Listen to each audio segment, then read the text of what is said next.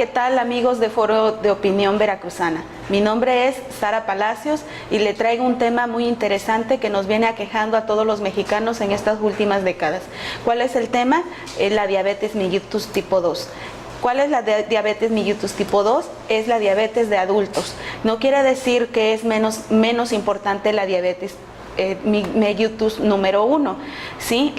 ¿Por qué? Bueno, la número 1 es para los que son jóvenes o niños, número 2 ya son para los adultos. ¿Cuál es el problema que nos está quejando hoy en día? Las neuropatías diabéticas, que son las consultas más frecuentes que hay en los hospitales y en los consultorios particulares. ¿Cuáles son estos problemas? Las neuropatías diabéticas es un problema que nos aqueja a todos los que son diabéticos controlados, no controlados o diabéticos no diagnosticados. Quiere decir que son problemas de los nervios, las neuropatías. ¿Qué significa? Bueno, que cuando el paciente es diabético, sabe que en su momento, si no se cuida, si no lleva un control de su diabetes, va a sufrir de estas neuropatías. ¿Cuáles son las neuropatías? Bueno, son dolores articulares, entumecimiento de las extremidades, dolores abdominales, problemas digestivos y en su defecto empezamos a tener problemas también de los órganos principales como es el hígado, los riñones, inclusive la vista, ya para efectos glucosas muy altas. Cuando estamos hablando de diabéticos no diagnosticados, quiere decir que estos diabéticos empiezan a tener problemas de neuropatías aún no sabiendo que son diabéticos y empiezan a quejarse de estos síntomas y la primera pregunta que hacen los médicos ¿es usted diabético? Entonces, como nunca han sido diagnosticados, la respuesta es no. Entonces, como guía, el médico dice, bueno, si mi paciente no es diabético, entonces el problema de dolores articulares, el problema de cabeza, el problema de entumecimiento viene a otra enfermedad. Entonces empiezan a tratarlo, pero como otra enfermedad y nunca tratan la diabetes. Es un síntoma muy marcado las neuropatías para un diabético no diagnosticado. ¿Cuáles son estas? Bueno, van a empezar a tener problemas de los nervios de las manos, nervio de los pies, empiezan a lastimarse y no sentir ni el ardor ni el dolor, ¿sí? Van a empezar a tener mareos, tienen también mucha necesidad de hacer pipí. Y en estos casos, entonces, los empiezan a atribuir a otras enfermedades cuando no son diagnosticados. ¿Cómo vamos a diagnosticar a un diabético? Con una simple prueba de glucosa en sangre. Cuando esa glucosa en sangre nos está saliendo en sus niveles óptimos, que es entre 70 a 110, quiere decir que puede ser un diabético controlado por alimentación. Pero ¿cuál es nuestro índice de glucosa no controlada? Hasta 120, 150, 180. Pero el paciente no va a saber que tiene esos niveles porque da la casualidad que cuando va a hacerse su estudio de glucosa en sangre tiene un nivel óptimo. Pero sus marcas son sus necesidades de ir a hacer pipí, sus dolores articulares y aún así, dándole al doctor medicamento para otras enfermedades, estos síntomas no se le van a mejorar. ¿Por qué? Bueno, porque puede haber tenido un índice de glucosa alto meses atrás que no se dio cuenta, que cuando ya fue a hacerse la primera glucosa le salió normal. Entonces, ¿cuál es mi recomendación? La recomendación es hacerse una prueba que nosotros le llamamos en los servicios médicos, le llamamos una prueba madre para saber si somos o no somos diabéticos, que es la prueba que también es en sangre, es la hemoglobina glicosilada. Esta prueba nos guarda una memoria de glucosa de 3 meses atrás. Si el día de hoy un paciente llega al laboratorio y pide una glucosa en sangre porque pretende que tal vez es diabético porque ya tiene antecedentes de familiares diabéticos, entonces, ¿qué es lo que vamos a hacer en este caso? Bueno, vamos a sugerirle una hemoglobina glicosilada que nos va a guardar una memoria de 3 meses. Pudiera ser que el día de hoy me llega con una glucosa de 70, pero que el mes anterior estuvo manejando una glucosa hasta de 200. ¿Cómo es que controlan este nivel? Bueno, son picos que bajan y suben por la alimentación o en su defecto, por problemas emocionales.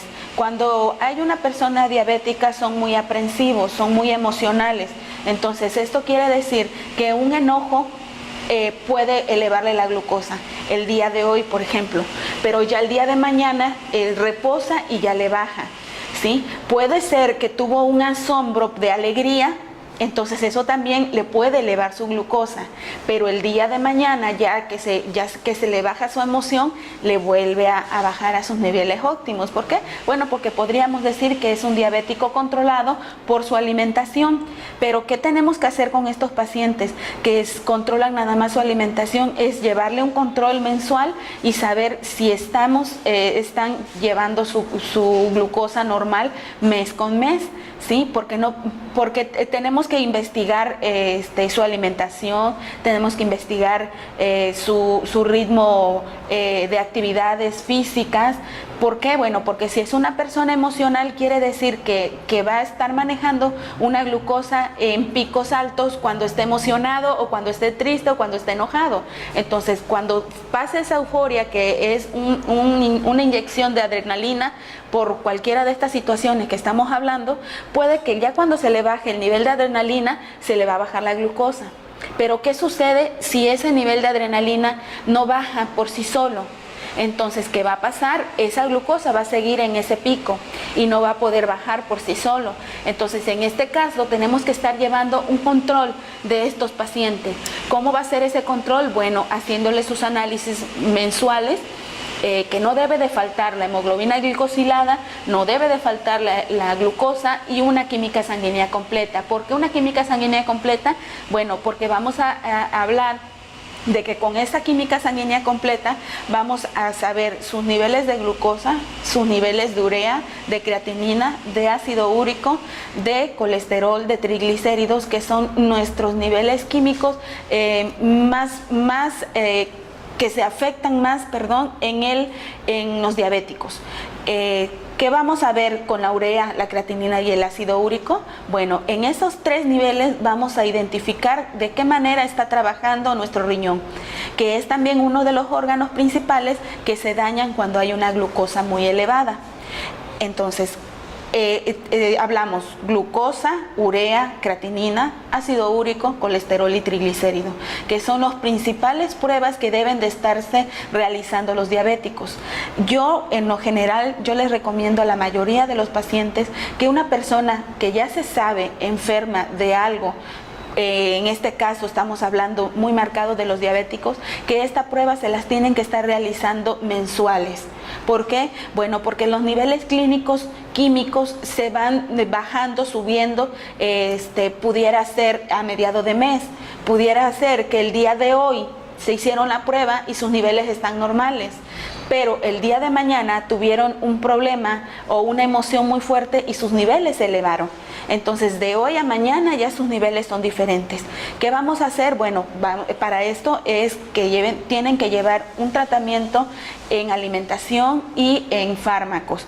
El tratamiento, bueno, eso se lo va a dar su médico, dependiendo cuánto nivel de glucosa alta traigan y cuál de control es el que tengan. Si es para mantener los picos en un solo nivel, entonces es favorable que se mantengan controlados con sus análisis clínicos, y más que nada se puede controlar nada más que con la alimentación, ¿sí? Debemos de saber alimentarnos, comer sano y dejar los carbohidratos, que son lo que nos van a estar elevando la glucosa. No nada más la glucosa, también nos hace obesos, y las personas obesas empiezan a tener otra clase de problemas. La mayoría de los diabéticos controlados se mantienen en un peso óptimo, pero cuando ya están descontrolados, entonces empiezan a subir también sus lípidos, porque empieza a lastimarse el hígado. Entonces el hígado es el que nos va a estar procesando las grasas. Cuando las grasas ya no son procesadas como debe de ser, esa grasa se va a la sangre, entonces empiezan a subir nuestros lípidos. Cuando se suben nuestros lípidos, entonces empieza a haber problema de presión sanguínea. Entonces, ¿qué vamos a hacer? Bueno, vamos a controlar nuestra alimentación, vamos a tomar más agua, tenemos que salir a caminar. Si no tenemos una vida sedentaria, debemos de caminar por lo menos 1 cuadra, 2 cuadras, lo que más puedan hacer. Si no pueden hacer ejercicio, yo les recomiendo que si están todo el día en la oficina, que en su defecto puedan hacer, no sé, tal vez unas sentadillas o una vuelta a su escritorio. Porque, bueno, vamos a mejorar con eso la circulación sanguínea y vamos a mejorar nuestros niveles de glucosa. También les recomiendo que las personas que aún no son diagnosticadas diabéticas recurran a su laboratorio de cualquier institución y pidan una química sanguínea completa y una hemoglobina glicosilada. Esos son nuestros exámenes principales que debemos de hacernos, ya seamos enfermos o no enfermos. Una persona sana, yo les recomiendo que se hagan sus análisis clínicos por lo menos 1 vez al año. ¿Qué quiere decir? Que con eso vamos a seguir un seguimiento de nuestra salud.